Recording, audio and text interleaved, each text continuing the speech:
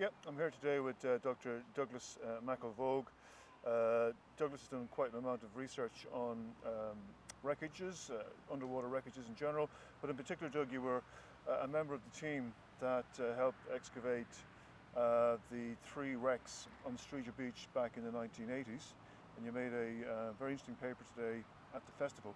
Can you give us a brief summary what you think the main points or the main message you wanted to convey at today's festival was, Doug, please?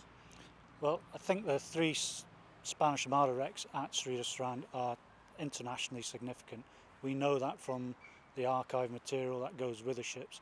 Today I presented papers into the ordnance and the latest research we've found, which only adds to the information we're getting from that. It's also very important that the local community has an involvement, so it was a time to present this new research to the local community so they can then put it out to the rest of the people here. Yeah.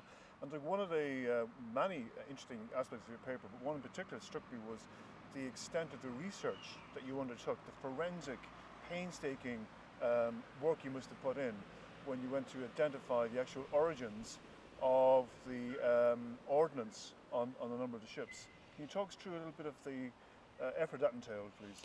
Well, some of it entails reading a lot of secondary sources and primary sources in the archives to get the best information that's there, but my job is actually to produce the basic record, which was the drawings, and that allowed other researchers throughout Europe to then see the actual record. They can't dive on the sites, they can't necessarily come here, but in publishing the finds, bringing it to the wider audience, it brought those researchers in and their skills in as well. So we've got researchers all around Europe that are now really interested in what's being found on this site.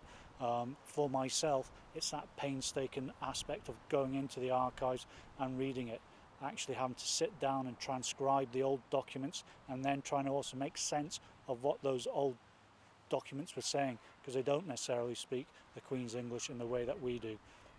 Indeed, I mean, it seems like it's a labour of love for you. I mean, this must be a project that's been going on for at least, what, a quarter of a century? Oh yeah, that has to be. If you're not interested, you won't do this. You've got to have that keen interest. When I was sent the email to say, do you want to come to Streator and actually give a talk, I jumped at it because the enthusiasm's there, and you've got to have that enthusiasm to spend the time there. It's a brave man or woman that will spend hours and hours in an archive when it's a bright sunny day outside.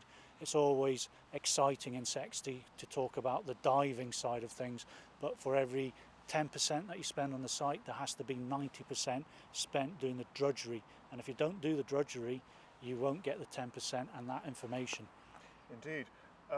One of the key messages, Doug, from your paper was how we move forward with the site, and would you like to talk us through a little bit about your advice and guidance as to how that might take place? Well, I think you have to move forwards with the national help. That's your national framework, but resources are always tight. Those archaeologists can't be here all the time, so there must be a local group that will steward the sites and actually look after them, then raising things through the correct procedures with the national resources and with the National Museum, so you get the correct resources. It would be great to have something local here for everyone to be able to see and understand what's there. That will then draw in all the other people from around Europe to present here. It's what you've got at Streator. You've got some of the best sites around in the world at Streator, and they must be cared for, but I think that's got to be a local thing. And do you see this international community of Armada enthusiasts in some way be able to contribute to this process by creating some sort of network or support for the Streator Definitely. project? Yeah. Definitely. If they knew there was a network up there, you'd find that they would naturally come to it. Getting the information out there, possibly on a website, on a local facility here, so people can come and get interest and actually read what's there, that will draw people in, definitely. And what would your message be to funders and perhaps government agencies in Ireland to that end? To them, to support the local community to get to that end. Everyone has tight budgets, but if you can prime the initial stage and if you can provide that oversight, and that's in some ways their job, it allows everyone else to then actually get the funding in and apply for that sort of funding. There must be EU funding for this. You know, you've got Ireland, Spain, Italy, Scotland, England, The Low never mind Countries. the Low Countries, you name it, there's loads of them. You know, you should be able to pull that together as a European funded project.